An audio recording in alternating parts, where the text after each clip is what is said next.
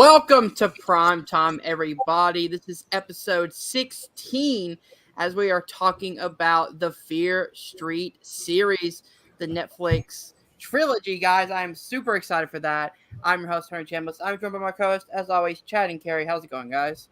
Hey, going great. It is going great. I do like these movies. I think a little bit better the second time around, so I'm excited to talk about them. Yeah, dude. So that is Fear Street 1994, Fear Street 1978, and Fear Street 1666, all directed by Lee Janet. There we go. There's an I in there somewhere at the last name. Yeah, I was like, I'm not sure how to say her last name. Yeah, so it's got an I in there. But yeah, so it was released July 2nd, 2021. I believe all three were released at the exact same time. I think they did like 2 weeks in between the releases. Oh, really? If I remember correctly. Oh, yeah, you're right. July 8th. Yep. So yeah, July 2nd was the first one. July 8th was 78, and then I believe 2 weeks after that was 1666.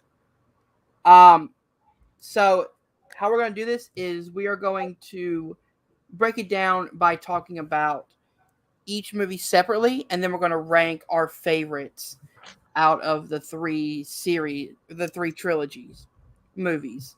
So let's start off with part one, which is Fear Street 1994. Let's give our overall thoughts, a little non-spoiler summary of the film, and then later on we can go into more of a spoiler talk for this. Well, Hunter, first, if you don't mind, I would actually like to just say, did any of us actually have any experiences with the Fear Street books or anything Fear Street prior to? No. I'm pretty sure I've read a few of the Fear Street books, but I honestly think I went from Goosebumps, and I think there was a year where I read some Fear Streets and some other I Know What You Did Last Summer, stuff like that, and then I went into Stephen King. Mm-hmm. So I don't remember the books that well. Because Fear Street was more of the edgy teenager. Mm-hmm. Older teenager kind of books to your Goosebumps. That's why we're rocking the Goosebumps today. Same author, R.L. Stine. So it's kind of the edgier thing. So I think probably when all these were coming out, Kerri and I were definitely among Goosebumps age, but Hunter's a little younger than us, so I'm not sure what was super popular when you were coming up, but So in elementary school, we used to have those scholastic book fairs. Same. And there was a whole section dedicated to Goosebumps. So I read a lot of different Goosebumps books. I did not realize that this was based on an R.L. Stine novel until a few weeks before the trilogy was coming out, and then I learned it's based on R.L. Stine novels that I did not realize, which, speaking of, not getting into a lot of spoilers, but there is a lot of references to his book in the trilogy, which we'll get to in a little bit. Sweet. So let's give our non-spoiler thoughts on 1994 in particular, and then we'll go into some spoiler talk. So, Kerri, do you want to start with your non-spoiler? Sure. So I know we were really excited for this to come out. And then it came out, everything was still pretty quarantined last year when these came out. I think we had originally thought we were going to get together with a group of friends and watch them. And then we kind of just wound up binge watching them ourselves. But I don't know.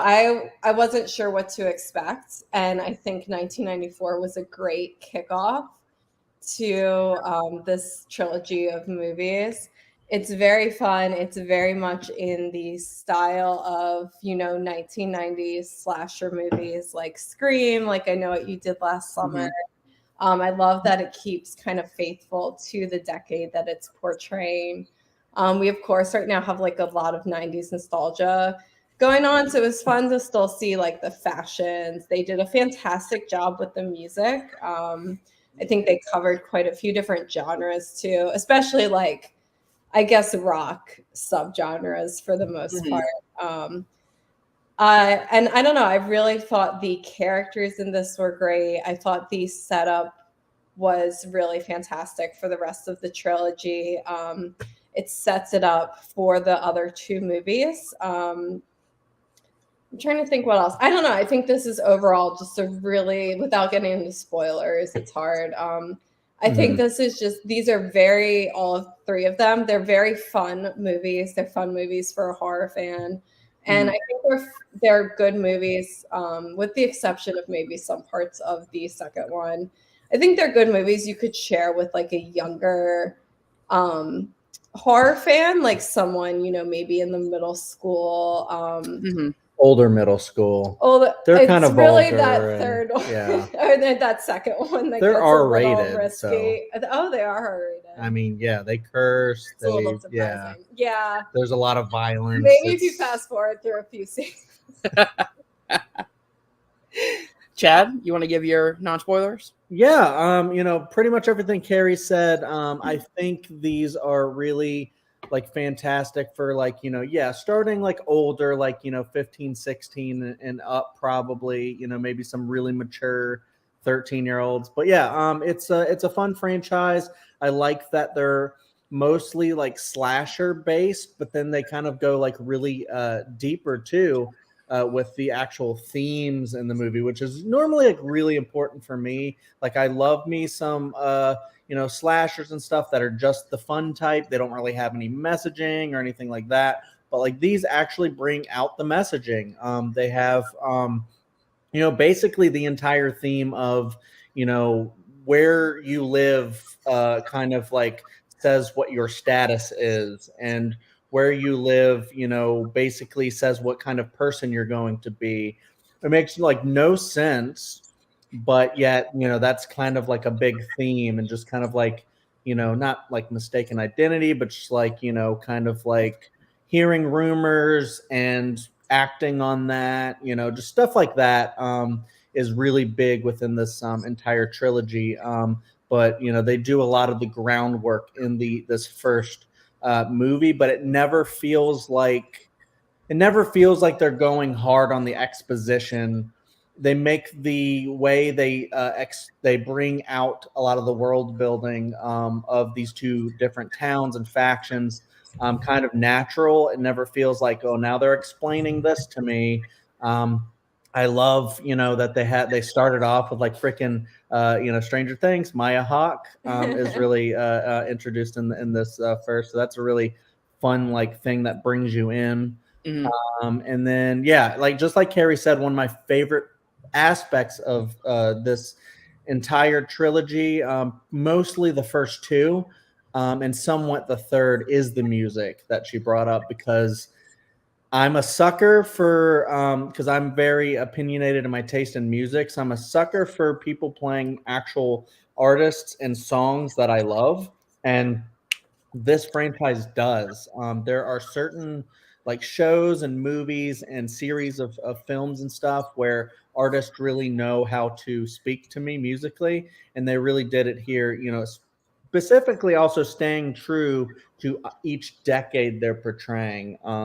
And also, I've noticed, I will mention specific songs that in the 1994, and not really a spoiler, but going into 78, they played different versions of the same songs. So they played different versions of the song "Sweet Jane" by the Velvet Underground from the 70s to the 90s.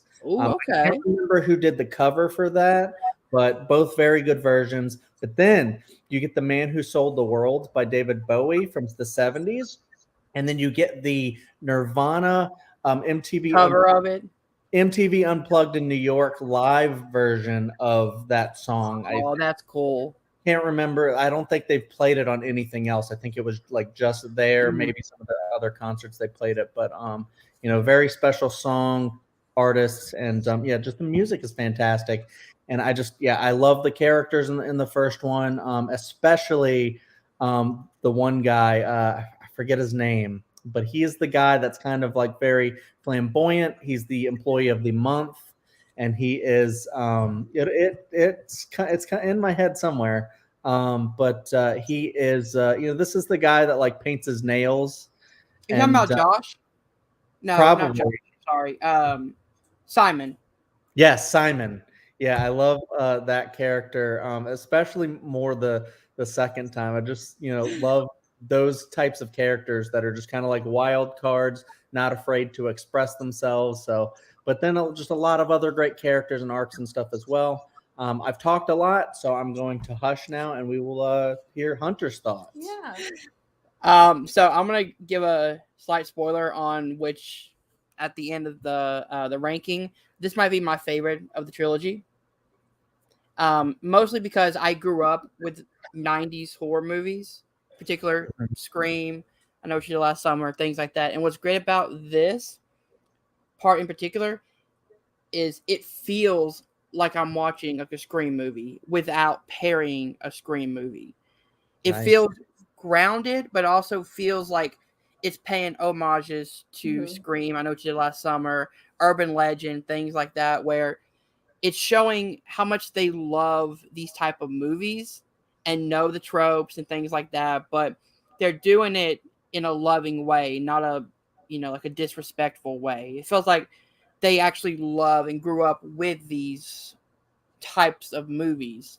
So when you hear like the 90s music, or you see the fashion or the malls, or just the design of everything in this movie is incredible, because it gives you a little bit more to work with. And it's like it takes place in multiple locations, where part 2 and part 3 mostly take place in one location, except for the ending, which we'll get to in a little bit.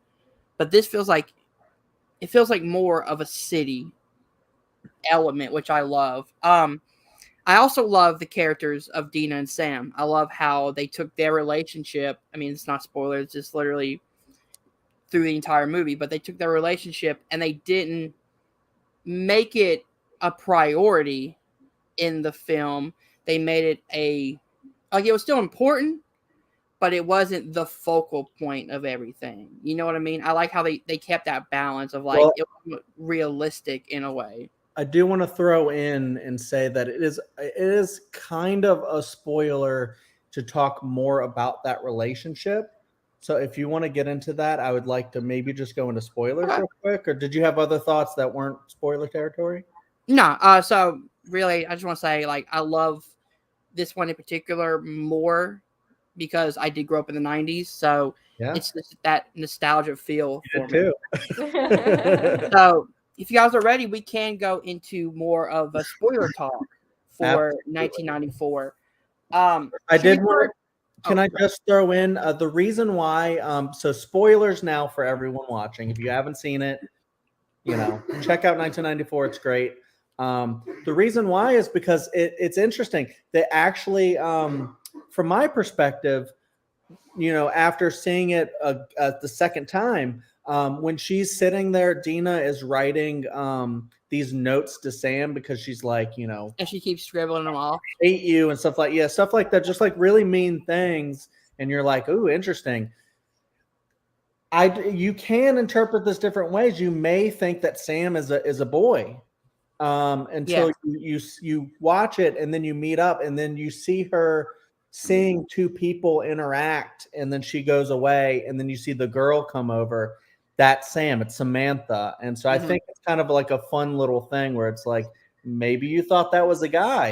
I don't know why you thought it was a guy. She doesn't like guys.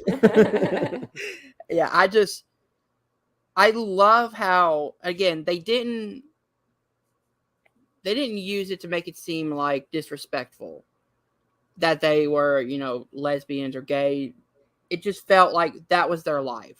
Yeah. They're living their life, which I love when movies can, because, like, I'm being honest here, it's natural, it's normalized now, and it's great that it's normalized.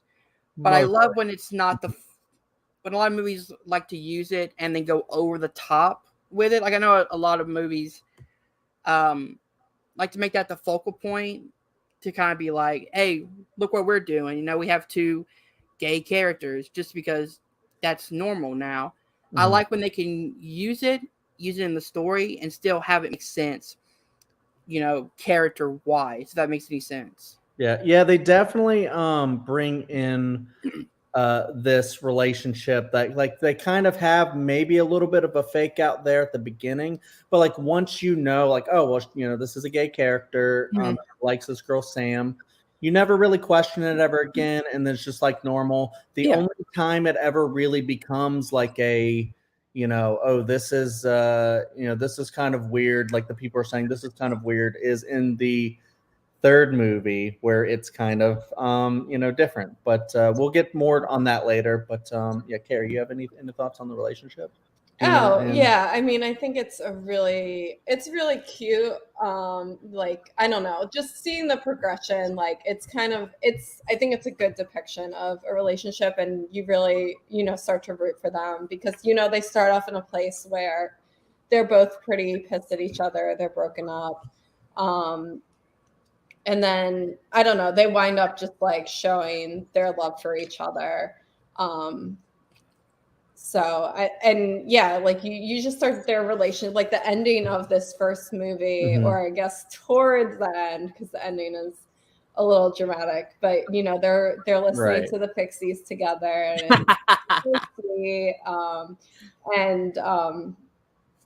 I think this is the one where she where Sam like kind of stands up to her mom and is like, yeah, because at the end of this one, her mom comes in and she says, "No, I'll see you tonight," and they kiss. They're like, "Yep, like, fuck you, mom." But I love that so much that that's their like band is Pixies. They just want to listen to some Pixies, and it's fantastic because I love that band. Seen them in concert and a couple of their vinyl. Great band. Great, just like 90. Like that's totally what would be like an edgy person's favorite band. Rebel girl band. It's not a girl band. There is a girl in the band, but a girl's favorite band who is a rebel in the mid 90s would be like, I'm putting on some Pixies. Okay. Hell yeah. Great song choices with that too. But I also just love that that's kind of their connection where it's just, she's like, I promise you, we're going to make it out of this. And we're just going to go listen to Pixies together because that's when I feel like I'm home. Like when I'm with you, I feel okay listening to Pixies. It's just beautiful. Yeah. Yeah. So should we start kind of from the beginning of the film where we do see Maya Hawke's character? Her name is Heather. Yeah. She works at a bookstore, which I love that. Maybe it was just me seeing this. I like that this could be an homage to Scream because Maya Hawke is a huge star right now. Yeah. And you think, oh, she's the lead, and all of a sudden she gets killed off in the first 10 minutes of the movie. And I think even the stab part of it. Wait, did she? Yeah, but I think it's like she gets stabbed a lot. Yeah, it's like very similar. I think they kind of do like kind of the throat, slow, the chest. Yeah, she stabbed a bunch. Even down to like as she's getting stabbed, she takes the mask off. But this time you actually see that it's Ryan. It's and when she's sitting there like Ryan, it's me. She's like, it's me, right? You're like, oh my god, that is what would happen when someone's dying and very confused. Yeah, that is creepy. And that's as your all friend hell. Who's never behaved like that it's before. Me. Like she doesn't even comprehend that something weird's going on there. Maybe Ryan's just a crazy serial killer. He wasn't who she thought he was, or something else is going on. Because you wouldn't go straight to supernatural appearances and demon stuff. And so I actually love the opening title card after the opening because it kind of shows you everything you're going to get in the entire trilogy condensed through like news articles. So it starts with like the news articles about Ryan Torres, and then you get a little bit about Shady Side and was it Sunnydale? Sunnyvale, not Sunnydale. But every single time they say Sunnyvale, I'm like, Sunnydale? See, I'm not the only one who thinks that. You're a Buffy fan, Hunter. This is what happens. That's what happens every time. But like, and then you get like a little bit on like Camp Nightwing in part 2, and then you get some of the Salem witches and like the story about the witches for setting up part 3. Yeah. And then it kind of condenses it all into one pretty badass opening like title sequence, and then we go right into the film. And I believe that's where we open up with Dina writing the messages to Sam. What's funny is like if you read the notes, it's like, "Dear Sam, fuck you, bye," or it's like "I hate you." It's like scribbles out, and then what's great is at the end of the film, it's like scribble, scribble, scribbles, and then it's like, "Sam, I still love you." She goes, "I knew it." Yeah, it becomes a complicated relationship because in this world you have the Shady Siders and the Sunnyvalers, and one is like the dirty, poor, delinquent. This is the reputation that they get just for living in this town. Like you can even help that, right? And then you have the Sunnyvalers who are like, oh, these preppy kids. They're the ones that rich are like, assholes. the rich assholes are like the jocks and the cheerleaders. And I love how they show that. I mean, they really do get into it. They verbally say it a lot in the movie as well, but they show it pretty well when Dina is on the bus, for band, driving from Shady Side, where it kind of like passes through all these pretty realistic depictions of what would be considered like a poor area into Sunnyvale, and it's like super upper middle class, like, suburban. Like, how far are they? Because I think they're neighbors. I think they're like right on the border of each other. Like a bit of a sprawl going on there, where it's like this place not looked at. Talking on the music for a second, I love the scene where Dina is getting on the bus and she's listening to something else. It's like Insane in the Brain, and then she puts on the headphones and it's Creed by Radiohead. Yes, and just that seamless transition is beautiful. Which is totally like the popular Radiohead song that she would be listening to, but it's 1994. I'm just realizing the Bins did not come out yet. Oh, so they weren't that accurate with the music. Sense. They were very accurate because so they wouldn't play they didn't play a later radio. That's song. The hit. Even after the Bins, and still up to this day, that's the song that people identify Radiohead. If you're not a Radiohead fan, that's the song. If you're not into good music, you think of Creep. I'm just kidding.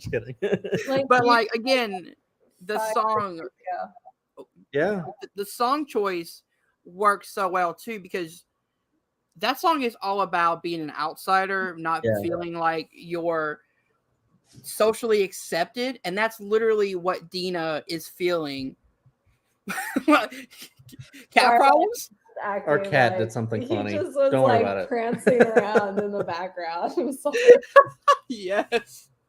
But like Dina feels like an outsider because she can't really tell people about this relationship with Sam. Yeah. And so that's also logical of like, of course she would listen to this song. She can relate to the message in this song. It's not really just like playing music to have popular music. It's the music cues always make sense to what they're trying into. It's not the Suicide Squad from like no. Well, that stays really consistent in the second movie as well. We'll get into that when we talk about this. Trying to remember all the song choices. Might have to look up the soundtrack because there's a lot of the one that makes us want to watch a certain show all the time. We'll get into that soon. So I believe this is where we have the candlelight visual for Heather, and I love this because it's so something that a politician or a mayor or a police chief would do, trying to unite the people, when in reality they're just covering shit up. And you can tell they're clearly covering shit up to save their own ass. But I love this scene because it intercuts between Sam and Dina's fight, which is so realistic, by the way. The lines that they have are lines that I can see a lot of people having in past relationships. Of like, you couldn't tell people who you were, so you decided to leave, Shady Side and leave me. the long distance relationship talk, the fact that Sam still cares about Dina but doesn't know how to tell her, and Dina being so, dreading about everything because that's all she knows. I mean, she lives in a place that really doesn't give you the option to see the brighter side of things. So I like that dynamic, but it cuts between that fight and a literal fight, a little fist fight on the field between the football players, one from Shadyside and one from Sunnyvale. So that intercut of like one physical fight, one mental fight. Yeah. I'm trying to remember that part. I don't remember that aspect specifically, but yeah, that's cool. So like, I think one of them says something about, the one from Sunnyvale says something about like, it's not a massacre if it happens every week, and then one guy tries to defend it and they get into a fist fight on the field. Oh, I remember that now. Like what you say, stuff like that. Yeah. Okay. Yeah. Mm-hmm. And then I've never seen this in a movie, but hurling a fucking water, like Gatorade jug full of water. Well, they were planning on just throwing the water. I think the bus hit something or something happened. No, Dina's nose was bleeding. Mm-hmm. And they get distracted and like let it go. Oh, like, okay. Too soon. Yeah. And then it crashes the damn car. Yeah. Just like, stop the bus. Dude, that one girl, hold on. I'm gonna look up her name real quick because I have the wiki pulled up. Kate, Dina's friend. I love her speech that she had before that, where she was like rallying the troops up, where she's the valedictorian of the school. Yeah. Yeah. Where she was like, those Shadyside fuckers, they can't treat us like this, blah, blah, blah. And then they just crashed the car. Sunnyvale fuckers, yeah. Yeah, Sunnyvale, yeah. I'm sorry. Okay. By the way, going back to the beginning of the movie, another Scream reference was when they leave the bathroom and you got that guy running down the hallway with the noose on the witch. Yeah. Down the hallway. Yep. Literal Scream. Because you have Matthew Lillard going like, yes. Yeah. And you have Simon going, yeah, I love it. You definitely. Yeah. I didn't even pick up on that, and I feel so stupid because that's a great callback. Where should we go to next? So we're after the fight. But that's why I love Simon, because he's the guy like Matthew Lillard who would go, hell yeah, love that. Yep. So I believe we are after the car crashes, correct? Mm-hmm. Mm-hmm. So she's the Vision. Yeah, so that's where she gets the Vision because they are right next to Sarah Fier's gravesite where she was buried. Yeah. On the side of the road or whatever. Do we find that out in this movie? We do. Yeah, because they have the chains that says Fear on it. Yeah. Right. Okay. So I believe this is where we first get a full glimpse of Sheriff Nick Good, because he killed the killer at the beginning. We didn't really see him until this moment after the car crashes. I like what they did with this character because you can clearly see he's balancing, like at least in this one, he's trying to balance being a good cop and a bad cop. And then something happens at the end where you're just like, no, which we'll talk about when we get to part 3. But the one thing that I find realistic is towards the end of the film where he's trying to pin the murders on Shadysiders once again. He doesn't want, Sunnyvale to get, incorporated with them. So, of course, it's got to be their fault. It's got to be something they did. They're on drugs. They're high. Yeah. They're doing something.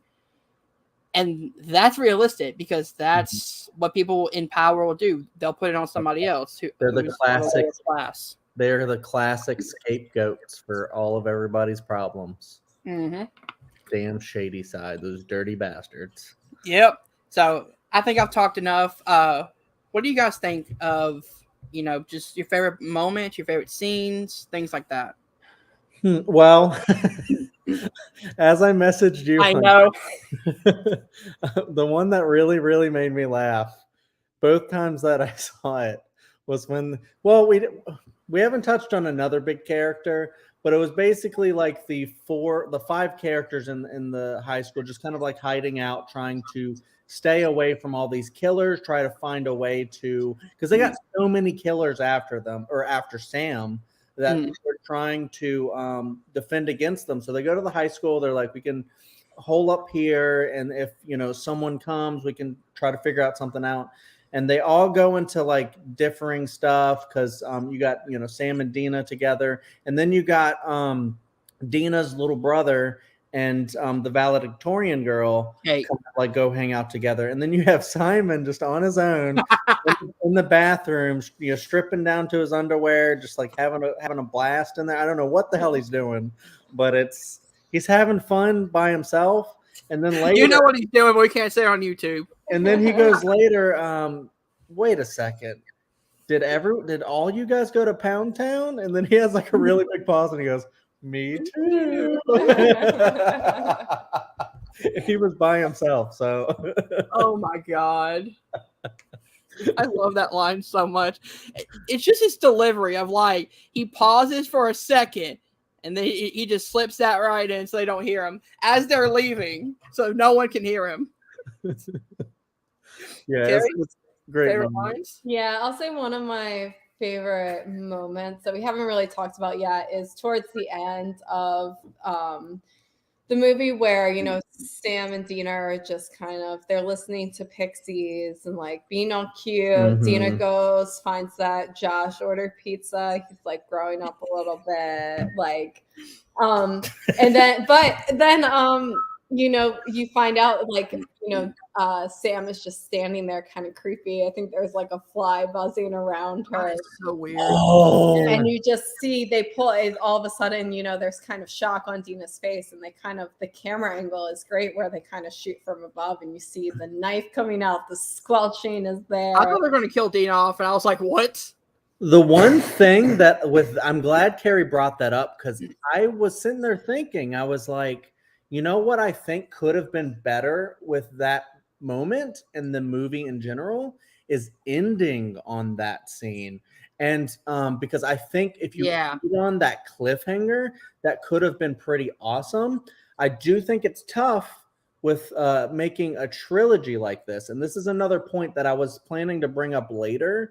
And I'll flesh this kind of idea out a little more, is I think this trilogy, as really good as it is, I think it could have been better suited to an actual like Netflix series, the Fear Street series, because while then you could have this series right now that we have, like the, I don't know, you call it Sarah Fear series or whatever you want to call it, for season 1, that would suit you up to do other seasons of different like stories within the Fear Street, whatever. That'd be interesting. Doing it almost like American Horror Story, where each season is unique, but also ties it into the same. Where maybe season 1 is Sarah Fear in '94, season 2 could be '78, where it's more like like a summer camp setting, and then season 3 could focus a lot more in the 1666 era, which I love that whole part. In part 3, I love when they were there. Well, I'm not necessarily saying that they should have drawn everything out like that,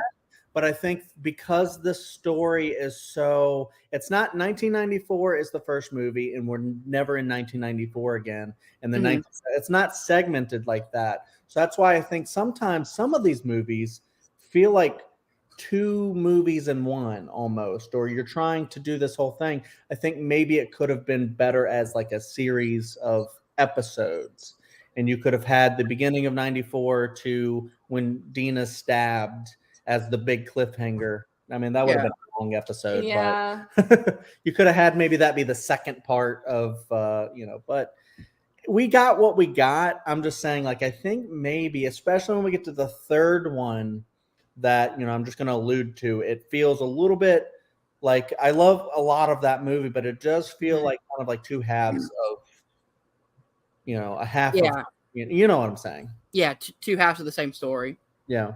Yeah. Kind of that moment though where like Dina or Sam stabs Dina. That's like very, from what I remember, the Fear Street books kind of tended to end on a happier note. Like everything got resolved fairly well for the good people. The Goosebumps books, however, they always left you with that little twist. Like you would think everything was resolved, and then they would be like, "No, it's not." Like or something. Yeah. Something else happens. This was like very reminiscent of those books where you feel like everything's resolved, and then at the end, like twist, it's not. Like the Kerri hand, every ending of Scream ever. Spoiler alert. Yeah. So I believe after that moment, we Die Hard. Sorry. we meet Ziggy on the phone for the first time, right? Because they try to call her in the movie. Yep. And Ziggy is played by Gillian Jacobs. Oh, that's a spoiler for the second one. I'm sorry? That's a spoiler for the second one. You don't know. Really. You know she's C. Berman. Yeah. You don't know. Oh, I'm sorry. That's okay.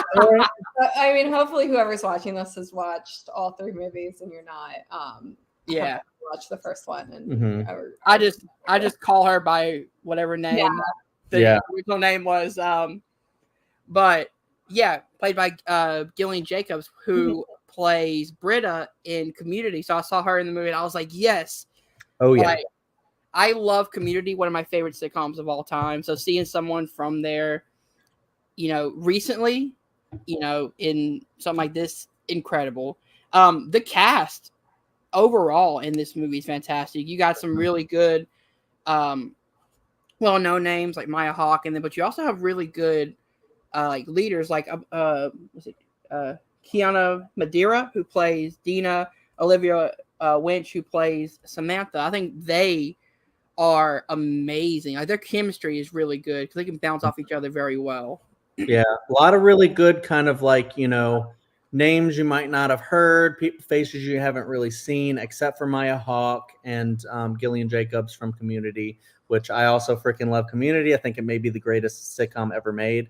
I love that the Russo brothers went from that show to making a bunch of Marvel movies, and then you get to see Community actors pop up in Marvel movies. It's amazing. Anyways, back to Fear Street. Come on, baby. Senior Chang.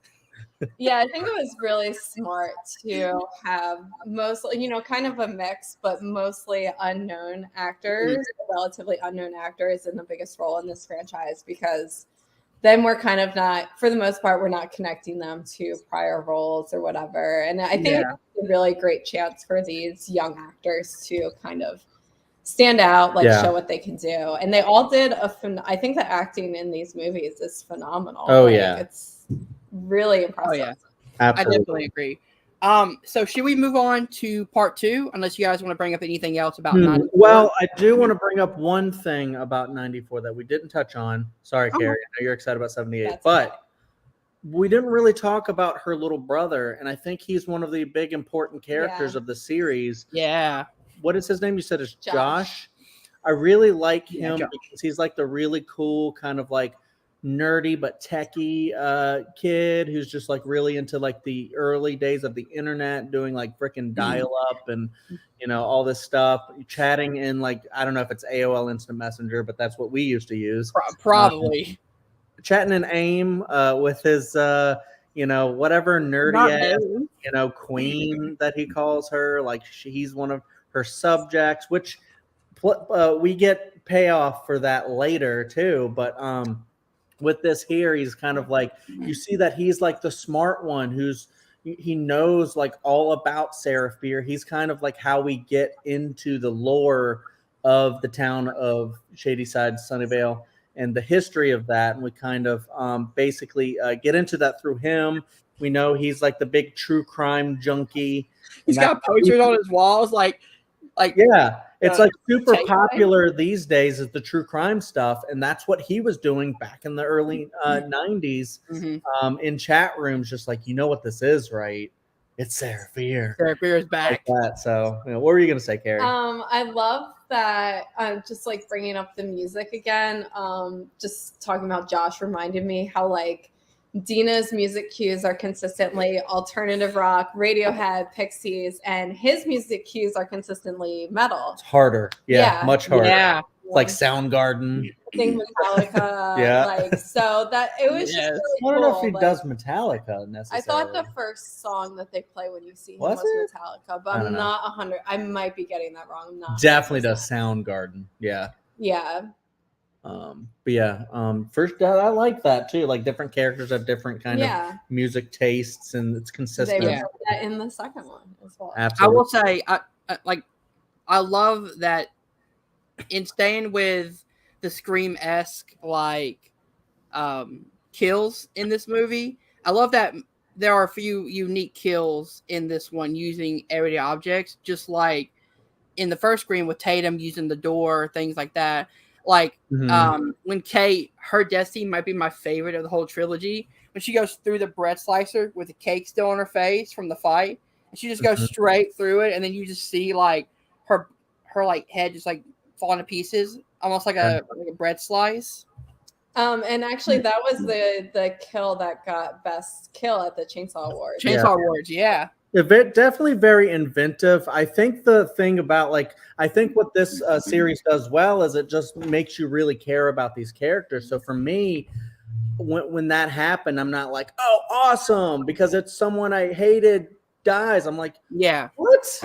For me, I'm like, I'm not like, awesome, that's so cool. I'm like, I mean, later, like technically, I could go, oh, that was really well done. They did that super well. But I'm like, no, like her, and spoiler alert, we're in spoilers. Simon also dies with like a freaking axe to the head or whatever. Oh yeah. When that happens, I'm like, no, he's my favorite character.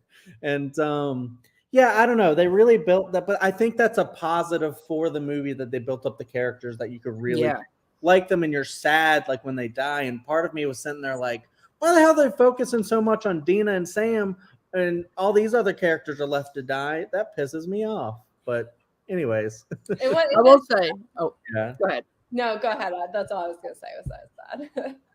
Yeah, so I actually like how the whole like last 30 minutes of this movie is pretty much a plot to kill Sam so they can bring her back to stop Sarah Fear. And then they try to do the whole like freaking frighteners thing where they're like, we're gonna kill you and then bring you back, and your heart has to stop technically, which is kind of cool. And then you're like, and then Simon's like, I got these pills that's gonna help you. Yeah, he was just ready. Like he had all of them prepared. Yeah, it's like black fingernail polish banging on the table. Like, first you're gonna take these. It's gonna do this. Then you take these. You gotta wait 5 minutes. So if you don't wait 5 minutes, it's gonna be bad. We never hear like what's gonna happen. We just heard it's gonna be bad. So. And then I think they had to like drown her in the lobster tank or something because the lobster. Yeah, because there was a killer coming and they couldn't time kills right. Quicker. Yeah, true.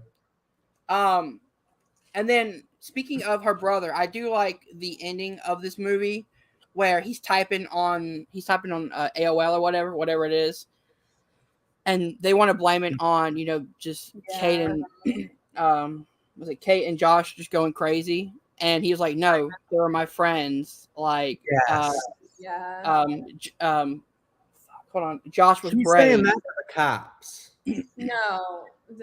Josh was talking on the internet with his but Dina also said to the cops, those were my friends. Yeah, but like when Josh is typing and he's like, Simon was brave and fearless. Yeah. Blah blah blah. I like how they didn't just kill him and forget about him. Like Riley forgot about his sister for so many movies. I do like that. Like, as much as I was upset, like, why'd you have to kill those characters? That was so stupid. When at the end, when they made it mean something, I was like, okay, they made it mean something that works for me. And I feel like for Hunter, you're muted. I feel like for a Fear Street movie, you kind of have to. There we go. They had to get some kills in. Yeah, I mean, you did, but they were mostly like side characters. Like Betty Betty. It was Eddie with a B. the nurse with the pink scrubs, and was like, Yeah. You don't remember Betty in the hospital? I Were you not paying I attention? was Okay. doing some work during All right. this Well, movie. anyways, yeah. So that's Betty. Betty got stabbed in the face like this, and it was really brutal. Oh, I hear an echo. Oh yeah. Echo. Is that on me? Good. We're good. It's gone. Take a sure. And there's a hair on the Okay, camera. sweet. It's falling apart. I believe we talked about almost everything we could. Let's move on. You guys ready to go to 78? Yes. Yeah. Absolutely. Let me get. Who started last time, Kerri?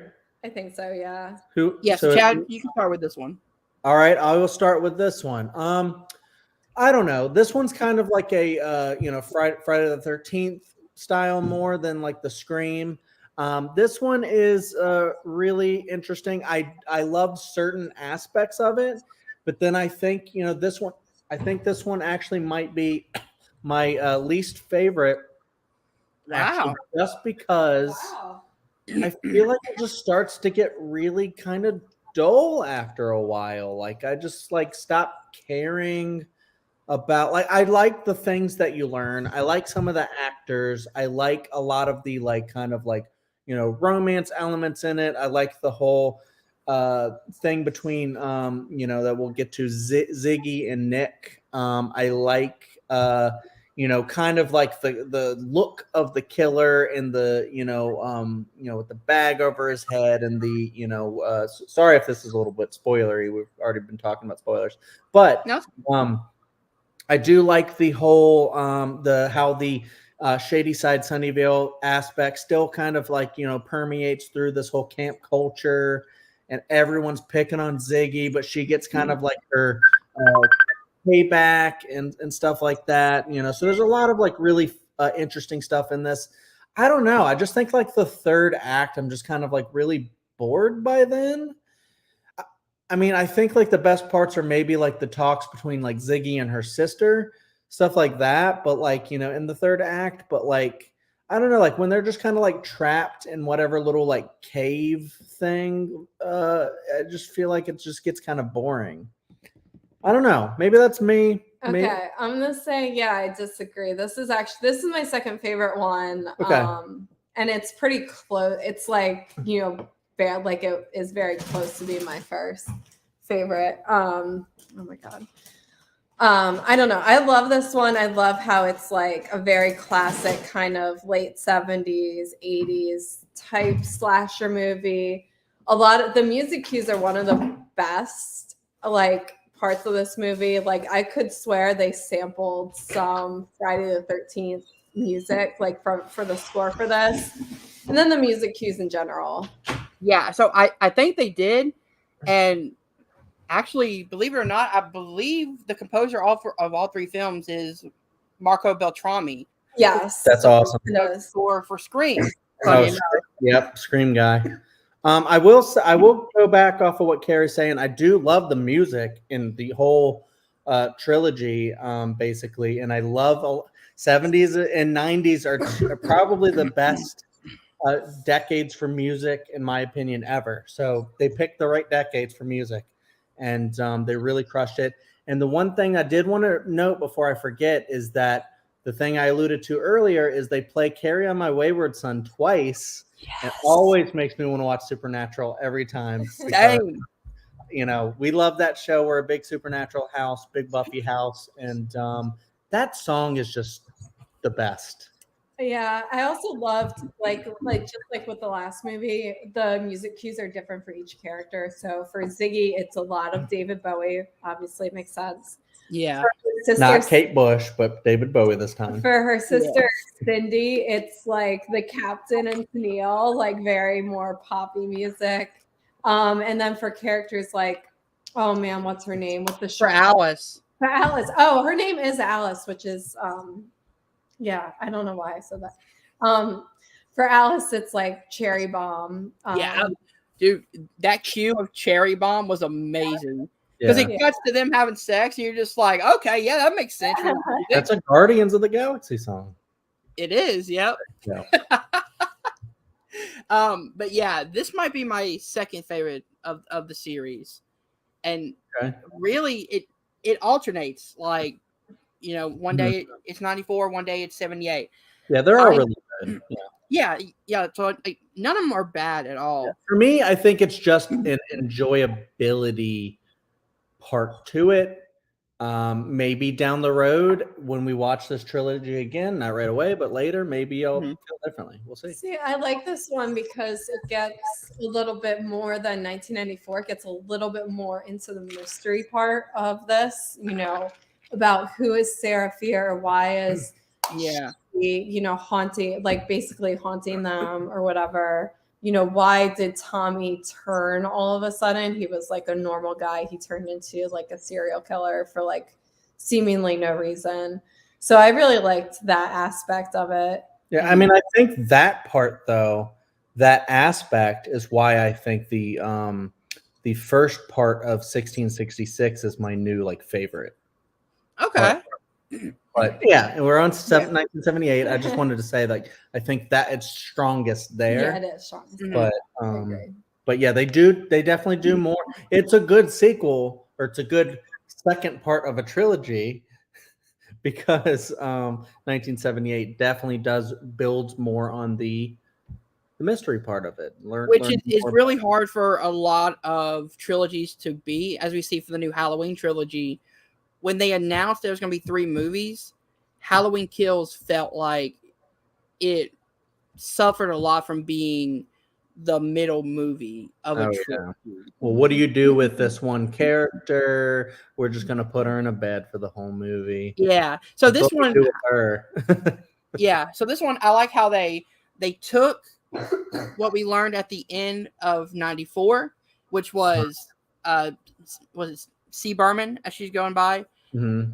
She's like, this is my sister, blah, blah, I'll tell you the story. And then this one adds on. It doesn't feel like it's completely separate. It feels like we're following her character for a little bit to see how she ended up the way she was. Yeah. Now. Yeah, And I mean, it's a great continuation, I feel like. Absolutely, because I mean that's why I thought about like the whole series aspect versus movies, because they do have that thing to where they don't. 1978 isn't the beginning of camp and then the end of camp, and that's it.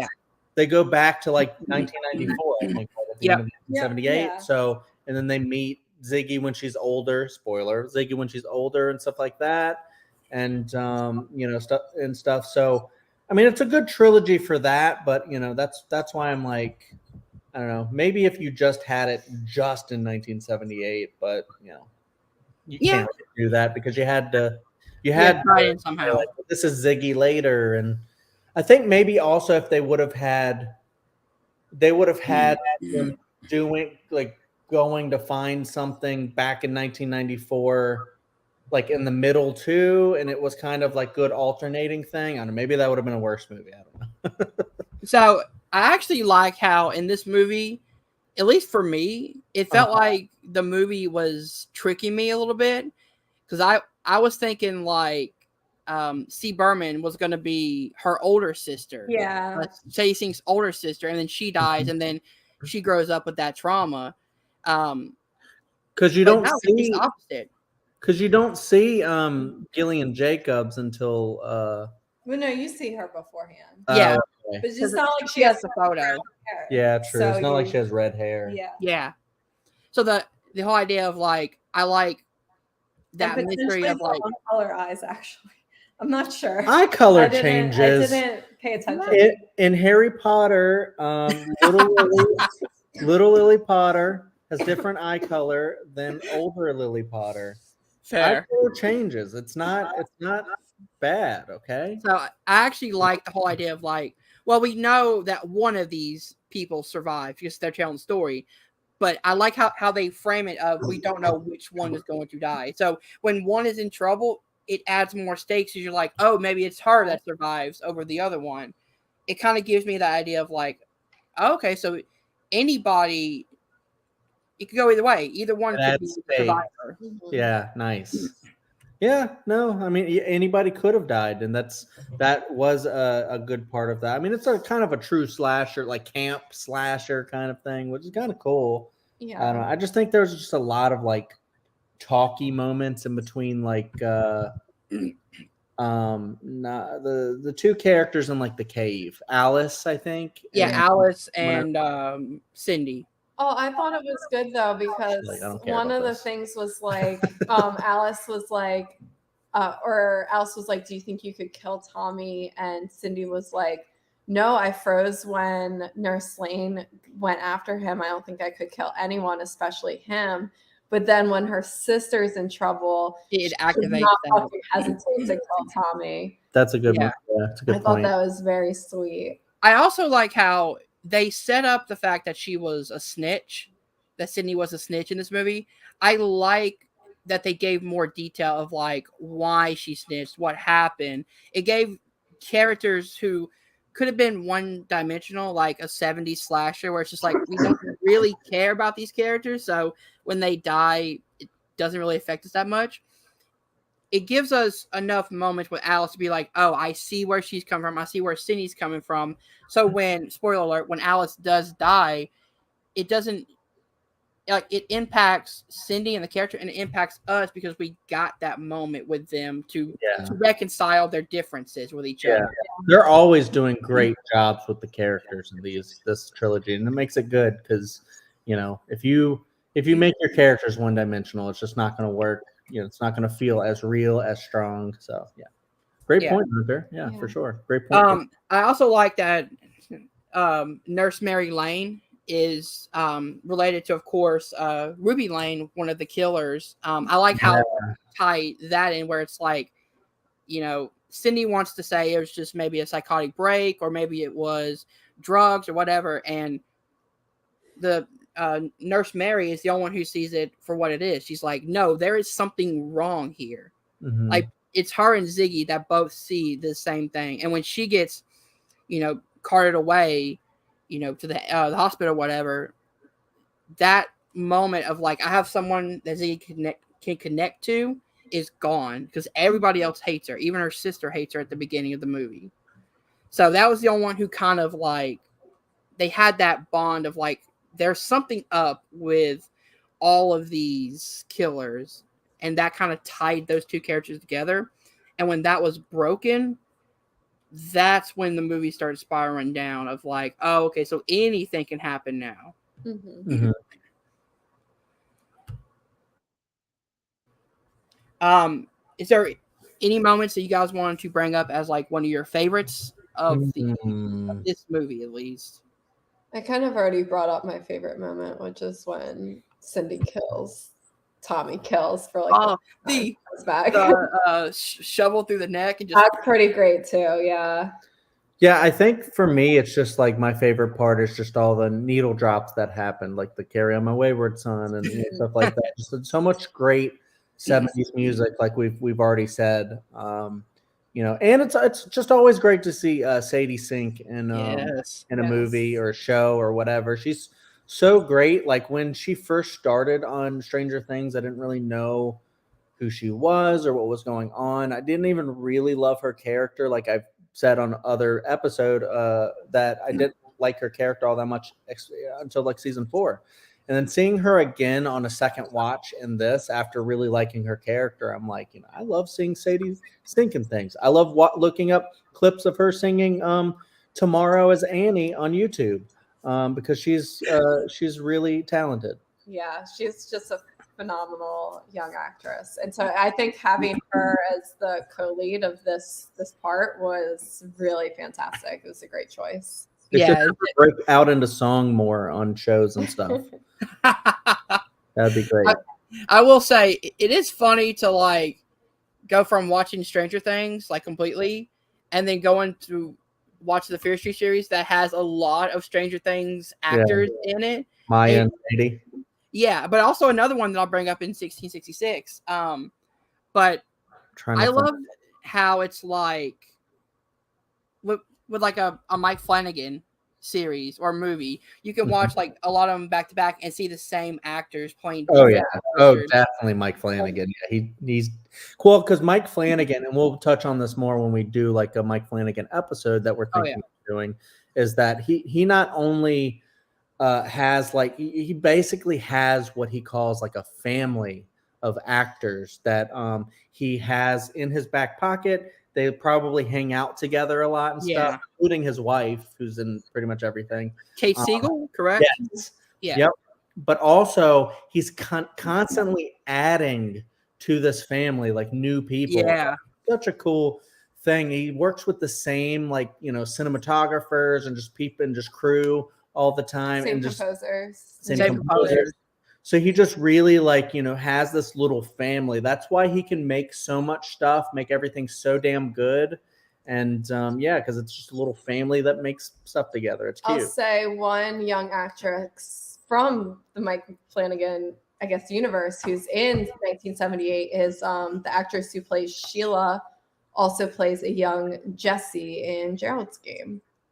Because I was sitting there, I was like, where the hell do I know her from? Really? Sheila's the one who's mean to her and they lock her in the outhouse and pour the... Oh, now I'm seeing it. Yeah. Now I'm seeing it. Okay. Yeah. Great pull. Great pull. It's I recognize was her. watching Fear Street. I was like, I know her from something Yeah. other than watching this movie last summer. God, Like, Gerald's Game's so good. Check that out if you haven't If seen you it. haven't- Yeah, it's on Netflix. I think it's Netflix original. it is, Yes. yeah. Watch Fear Street, then go watch Gerald's Game because it's excellent. I hope you've watched Fear Street before you. Watch Fear Street again, or no, watch Gerald's Game, then Fear Street again, then Gerald's Game again. Just Oh. alternate.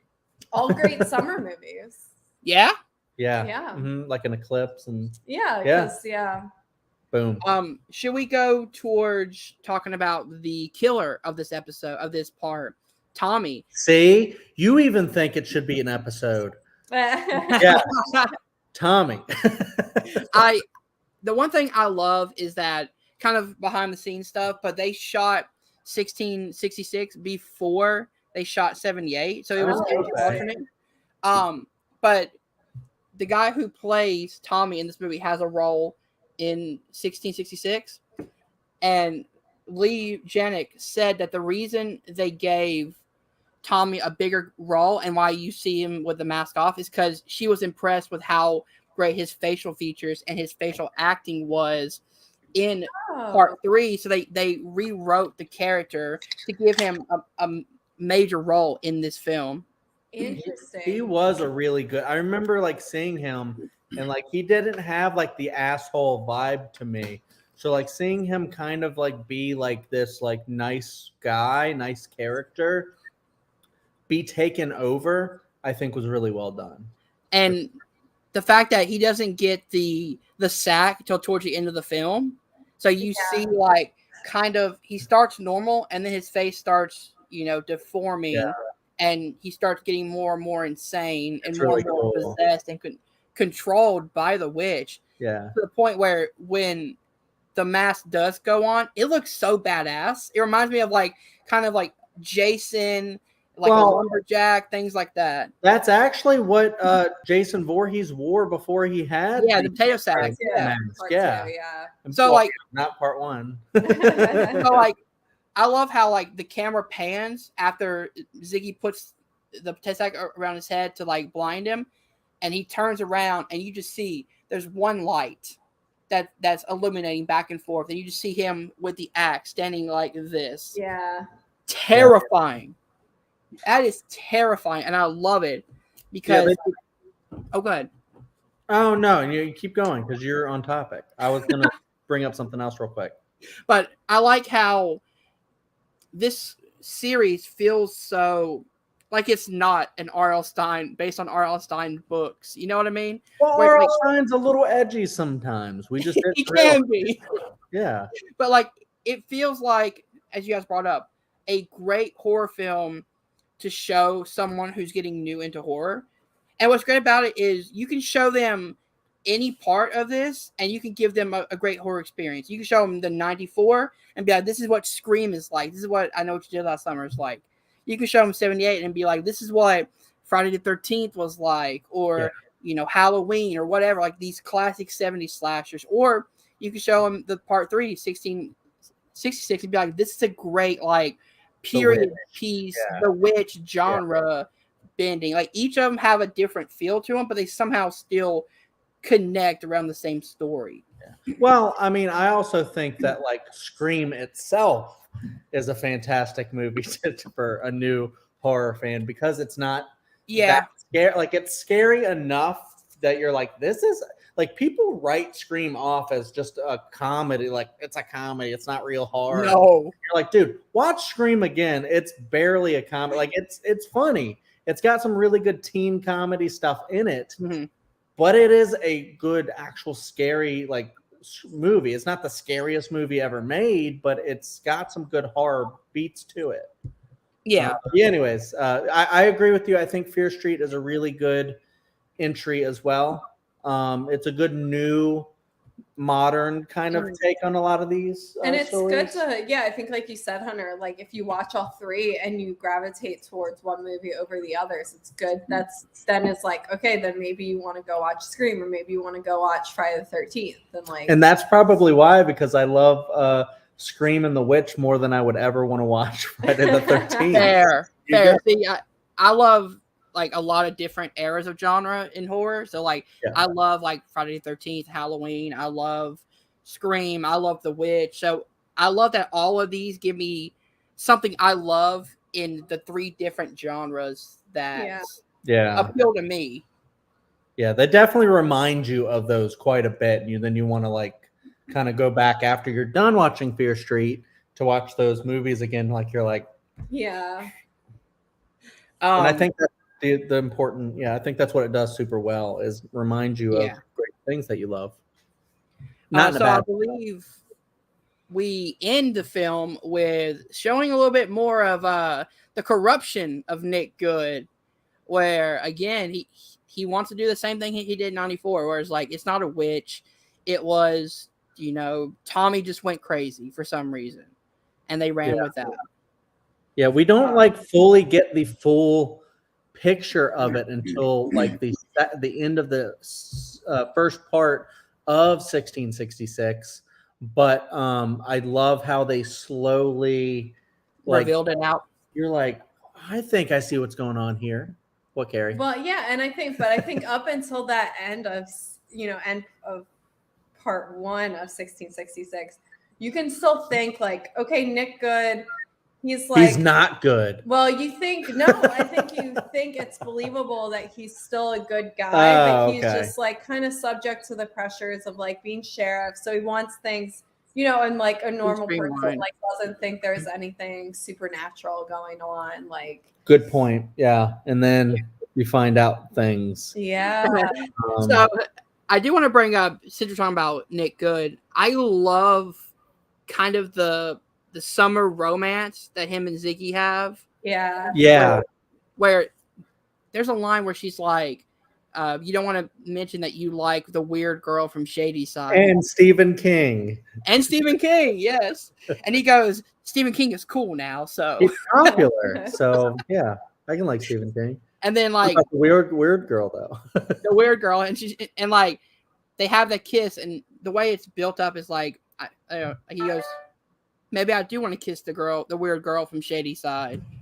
And you just, they play off of each other very well, but it sucks because at the end of the film what this is going to eventually lead to. Yeah, if you didn't, that's a good point. I did say that earlier. That was one of my favorite parts of 1978, because if you didn't have that relationship at the summer camp between those two, then you don't really get a lot of actual development of Nick Good as a character. But when you see him as a kid trying to figure out what where he's going to fit in, is he going to become a cop? What is kind of like his deal? And you really start to like that character because you like Ziggy and you like their relationship and you think it's sweet.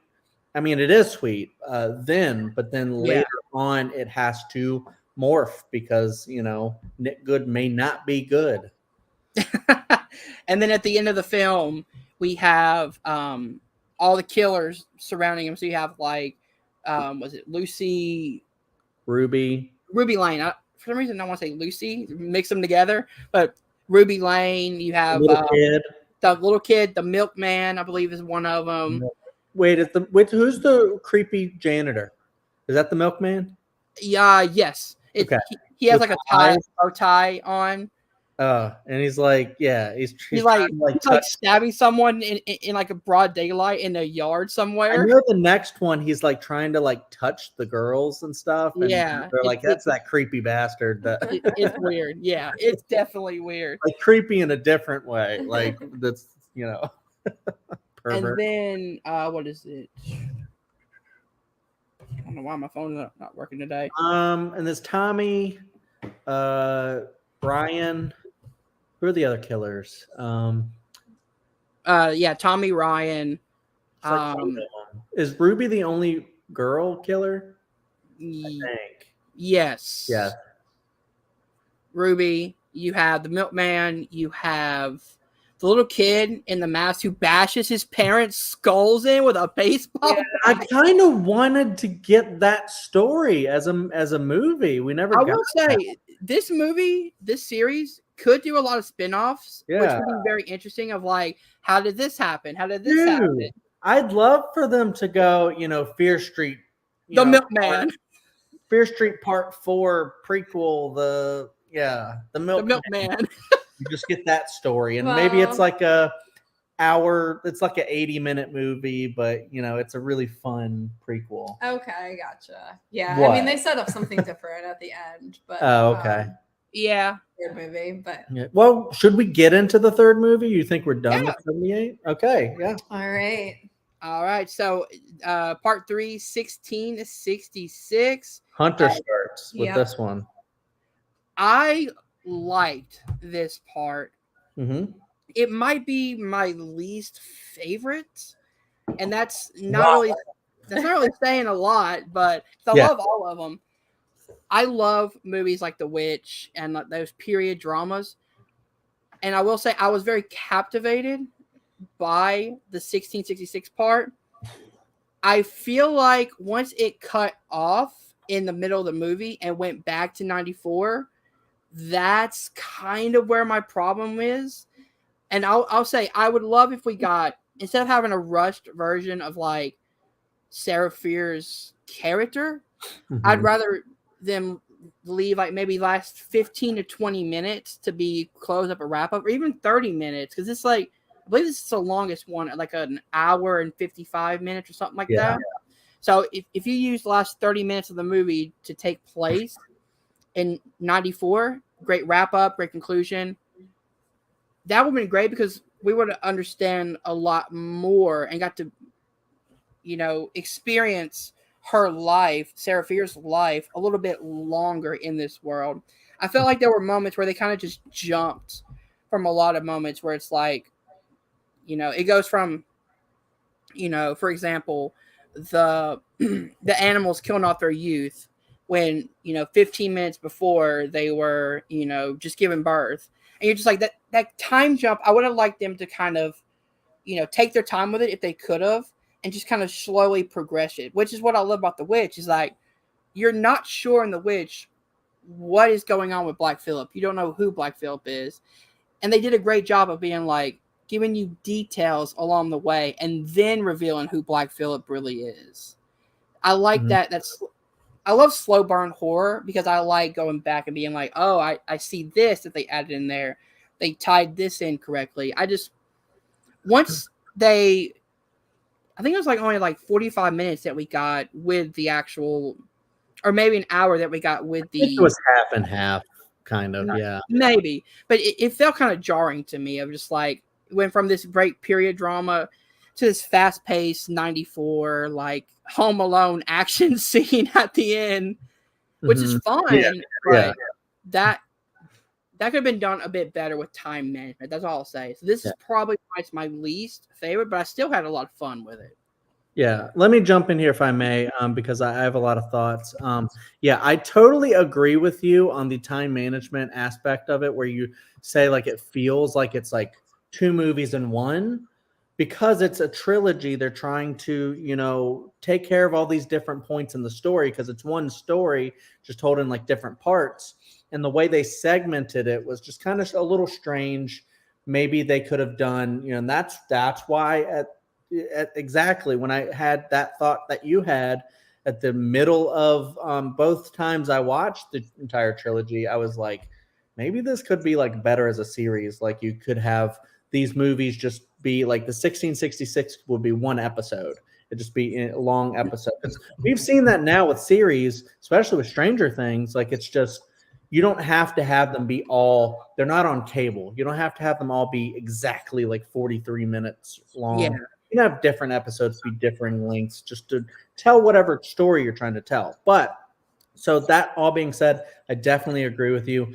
I just think that for me, the 1666, and this was something I changed on watching it a second time. I changed. I can't remember what I loved. I think probably 94. I love maybe the most then.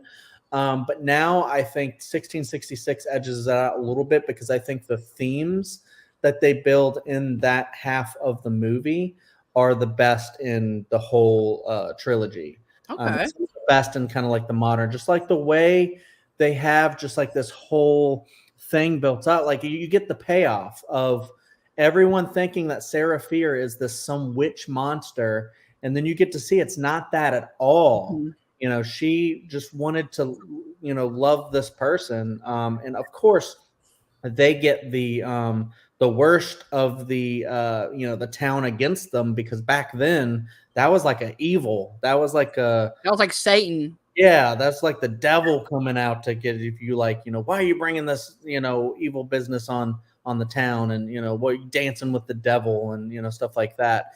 And you get to see like that's how it was. We've come a long way, but like, but you also get to see not just like the, homosexual aspect of it, but just anything that seemed opposite to what felt normal, what felt traditional, just seemed to be something that people would rally against. And all it takes is just one person going, you know what? I saw Sarah Fear doing this. And then the whole town's like, I saw Sarah Fear doing this Yeah, too. it's downward spiral.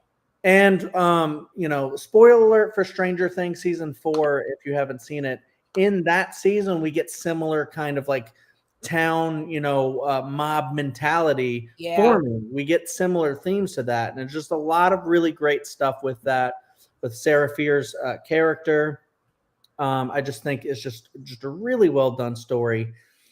But I really hate all of the animal stuff in 1666. I wish filmmakers and shows would like. I get it. You want to say it's fucked up because the animals are dying and bad stuff's happening. I get it.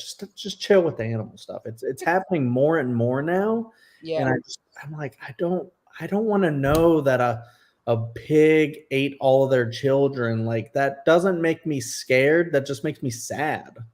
I'm just like, stop making me sad. I wonder, not to defend it, but I wonder if that was the point of showing that was like there is something going on that we can't tell, because that's the first thing we see that the characters see of like that's not supposed to happen. That's not natural. What is going on? That's just like always and I'm sorry, I know Kerri wants to butt in. I just want to say that's always. Yeah. Or it's a trope I just want to see die. That's kind of like always the first thing people like, something's going on with the dog. Where's the dog? Where's little Joey? And Joey's dead. And it's like Halloween, like the dog died. And I'm just like, cool it, man. I don't want to see it anymore. But yeah, go ahead, Kerri. Sorry. Yeah, I mean, I think Hunter is right though, is that's the start of Shady Side becoming Shady Side. Like the start of Nick Goodsteal is like everything's going wrong. Like the pigs are their form of livelihood, and they all of a sudden lose their entire livelihood. That's a good point. Yeah, that's a great point. That I think that was the point of it. But also, it is like a horror thing. So. Yeah, you need to cool it. Yeah, but the whole thing with the good in this part I thought was brilliant because that good, I was like, this guy is good. This good is good. This is good the whole time. And I was just like, he's in this, the twist of him being the guy who started everything was so good because I was like, my God, that guy, I trusted him. So did Sarah Fear. Yeah.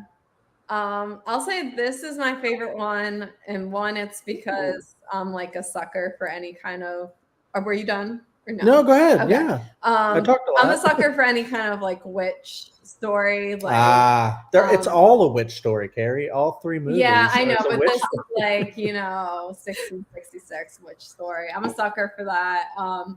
And I don't know. I think this was also my favorite one because it won.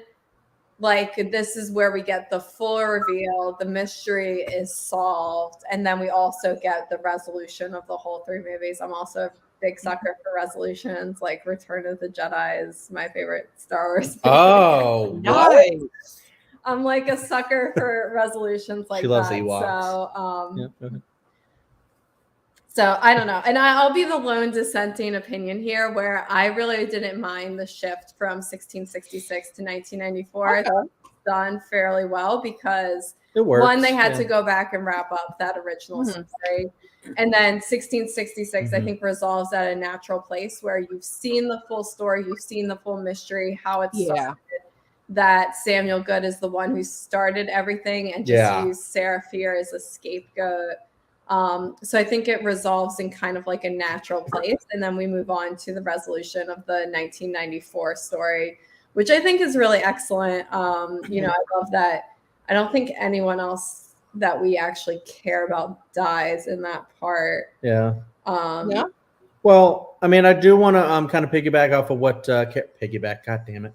What Kerri said basically is I agree with both of you. Like I'm trying to think of the movie Hunter's pitching here. That's more of the slow burn, what's his name? The great Robert Eggers directed Fear Street Part 3, 1666. I want to see that now. Come on.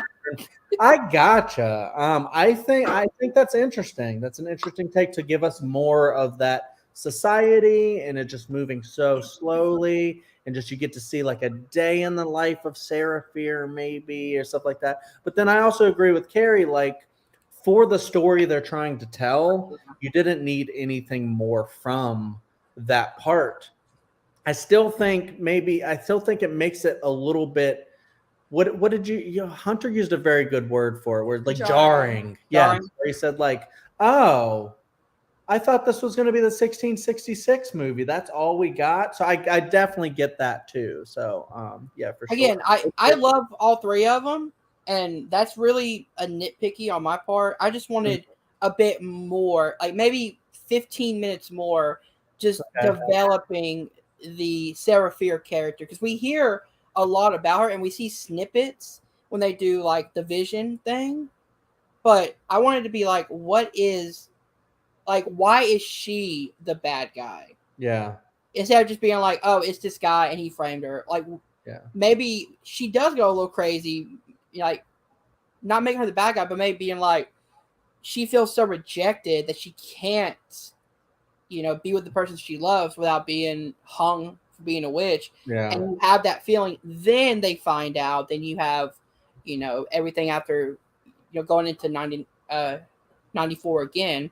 It just gives it more context, I think.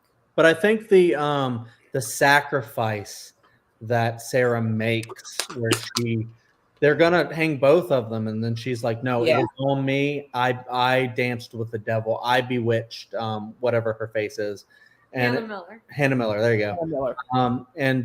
I need to know this I'm playing Hunter in trivia. I need to know these types of things. Anyways, so so when she makes that sacrifice, oh my God, that's such a great setup for the second part of 1666. That's a lie. They jump right into 1994 part 2. I'm like, will you promise me something else? No, but anyways, no, but when they jump back into that, and then you're like, she knows now, where she's like, Nick Good is evil. And you're just like, oh my God, okay, what's gonna happen next? It just makes you so excited. So I agree with that. And then the cool part where they have like the blood, the blood in the water guns. So cool. I love it too. And spoilers for The Witch. So maybe fast forward if you don't want any spoilers for The Witch. But I love how similar to The Witch, where they keep calling her a witch in that movie and saying she's a witch. And she just starts believing it. And I'm going to become one. that Sarah Fear in this movie is like, you know what? If they're gonna hang us anyways, we might as well just become witches and try to get ourselves out of this. I really love that part of it too. Yeah. Mm-hmm. And Yeah. I actually like where Sarah Fear, it gives great context of why they hung her and only her. Mhm. And you realize, oh, she was protecting someone she loved. Yeah.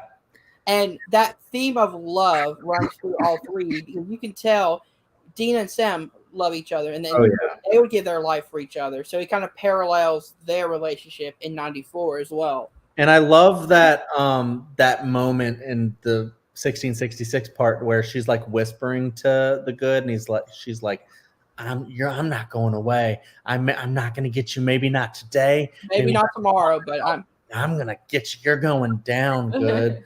And I'm like, shit. I just love that part. I thought it was so. And he actually does. She takes a kid down with her. And then, like, because they go in, they defeat Nick, they defeat the killers and stuff like that. And then they go and they find out just like the spoils of all the goods have done, all the bad the goods have done over the years. And they have like this mansion. And I love though they exit the mansion, and since the curse is lifted, or their good luck is lifted, yeah, the one guy's car immediately gets crashed into. I love that. That's right. I will say, I like how it shows even the news media are trying to cover this shit up because in '94, that news segment is like the good family didn't know about his psychotic break or whatever, and I'm like, you assholes, like you know what you're doing. Yeah, it's like the Ready or Not family, basically. Exactly. But according to the good family, to save face, they didn't know about this. Yeah. Plausible. Our hands are clean. I don't know what you're talking about. That guy went crazy. Nick. Oh yeah, Nick. Everybody knows Nick's crazy. Which again, I'm sorry. Go ahead. No, you go ahead. It's a great parallel of like Nick in '78 trying to cover up someone by going crazy, and the end of this film, he dies. The family convinces everyone, the media and everyone else, that he just went crazy. It never ending cycle. It just keeps going. Yeah.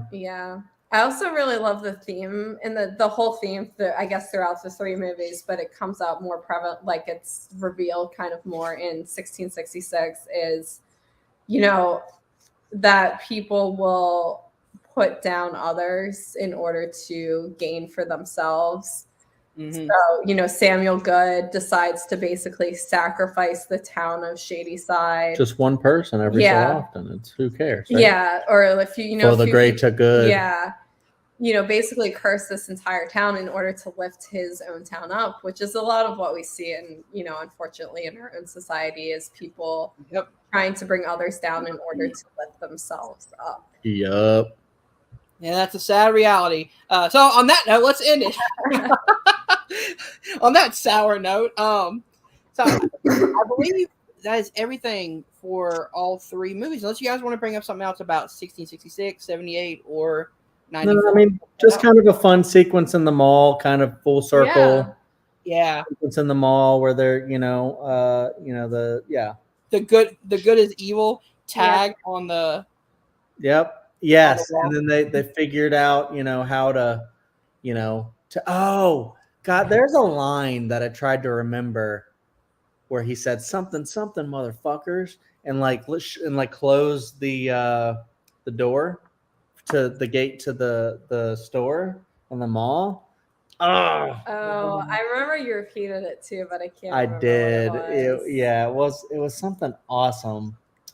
But anyways, it was a really good line. Oh, I'll say, because I alluded to it earlier, just at the end, they set up a potential for, just like any good R.L. Stine book, they set up the potential for something else bad happening when some unknown person grabs the book that Samuel Good cast the original spell.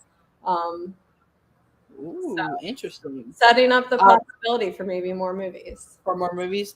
I like that even small characters that got like one scene play a pivotal role. Because was it at the end of '94 when they're in the police station. Josh gives that guy who's who's being locked up the pick to get out of his cuffs. We don't see him till the end of 1666, and he has the greatest line of like, Josh tells him, "Hey, you want to help us kill Sheriff Good?" He goes, "Let me get my coat." Yeah, that's the same guy that has that motherfuckers line, but I couldn't remember exactly what it was. But I did want to bring up too that we get the full circle too between Josh finally gets to meet his queen in person. Yes, and she has the queen name on his cast, and she's another little nerdy girl, and they fit so perfectly. And then it's cool to see him finally get somebody, because the girl that he likes got her head cut up. Yeah, sadly. So. I will say I also like the conclusion of Sam and Dina's arc, because it was so cute that they drove and had like a little picnic by Sarah Fier's gravesite. That's the other thing that I wanted to bring up. Thank you so much, Hunter, because that is a fantastic ending to the trilogy, with them just being together, the great resolution, they get to be happy, and it goes on to play Gigantic by Pixies, and then it transitions into Mr. Greaves by Pixies, and then it goes and shows you like the thing Kerri said, where it's like it's not over yet, kind of a deal. So, which is really and cool. Even Sam has that line about, "Oh, you actually brought cheeseburgers." Yeah. In '94, the whole joke was they're gonna eat cheeseburgers and listen to Pixies, Yeah. and they literally played the Pixies, and she had cheeseburgers. So that's very cute. That's a great ending for this trilogy. Really great trilogy. I like it a lot. So I believe that is all we're going to talk about today. Next week we are doing Midnight Mass from Mike Flanagan. Are we just doing Midnight Mass, or are we going to try to do more about Mike Flanagan's career and stuff like that, or just keep it straight to the? I think we should do Midnight Mass now, and then give me a little bit of time to watch. Let's do that. That's a great, because I want to rewatch Hill House and Blind Manor as well. I gotta watch Blind Manor. Yeah, I'll watch Blind Manor and just see Kerri, ball tears again. Oh no! Yeah, that's why you're not rewatching Midnight Mass either. So we'll get into it. So yeah, Midnight Mass will be next week. We will be doing Stranger Things 4 after Part 2 comes out in July. So that'd be probably the first Sunday in July, depending on when that. I think it's coming out first. I think it's the first. Yeah, so it actually will be coming out before we record next. Yeah. That way we can talk about it all instead of being, having to talk about it in 2 separate parts again. Absolutely. And then I believe we're just going to go back to doing games or topics or things like that, because our Netflix summer series is over at that point. We can get back to Buffy at some point. We can get back to season Buffy. 3. Don't worry, I have been watching that as well. Okay. I've been all over the place. I've been watching Buffy, Fear Street, everything. All right, so Chad and Kerri, where can people find you online? Oh gosh. Well, I think I have a match upcoming. I don't think it'll be released I have one that I recorded actually. I think that'll be released this month. Me against Steve Mesa. On Hunter's channel. So you can catch that or this channel. It's all the same channel. And then I think that's Chad's gonna plug his show that I'm on. So Chad. Yeah, also I'm gonna be facing Hunter at some point. That should be really fun. Next month, I believe. That'll be a really fun one. I've never played Hunter before, so I'm looking forward to it. Kerri and I also do a lot of ranking stuff on my channel thing that I have. We might have to get Hunter on there at some point. If we find a good franchise or something that he really loves, we can rank some stuff together. It's just Chadwick Webb. We just have fun ranking stuff with my friends, James Tancock, Kerri, and my other buddy, Dylan Randazzo. We've done Edgar Wright. We've done Harry Potter. We've done Christmas films. We've done MCU now. We did phase 1 and phase 2 broken up. And so now we're going to soon do phase 3 as everybody gets their rewatches in. And we also have plans to do a Denis Villeneuve and a Star Wars one coming up soon. So the Star Wars one is going to be divisive. Watch out on that one. Probably. Oh, yeah. I guarantee I you it already will told be. you my favorite. But yeah, so basically there's that. And then also on the Dill Pickle Movie Network, we have a show called Picture This that myself and my buddy Dylan are in. And every month we do a year of the Best Picture Oscars. So, we'll just basically talk about the films that were nominated and the winner of that year for Best Picture. We talk about the films itself. We rank them. We talk about other films, the ceremony itself of that year. We talk about the actors and actresses from that slate of films. This next month, we just did 1977 for Star Wars and like summer movies and stuff like that. And then this next month, July, we're starting our first series of in here. We're doing 2001 through 2003 in the next few months, so we can honor the Lord of the Rings. Starting with the very first Lord of the Rings. So 2001 coming next month. Look out for that. We have a great time. It's a great show. I do a lot of trivia, playing Hunter, but then I also do a lot of movie battleground debate. I just like to highlight this because I'm pretty decent at it. I enjoy arguing about movies, have a really good time. I'm supposed to be playing Sean Hunter coming up soon, and I'm very much so looking forward to that match. Very excited about that. So yeah, those are a lot of the places you can find me, like Letterboxd, stuff like that. Just my name, Chadwick Webb. Thank you. This was fun. Yep, of course. All right, guys. So if you did enjoy this, hit the like button, subscribe to Nerd Intimate Network down below. Thank you guys for watching. See you guys soon. Gotta throw it up.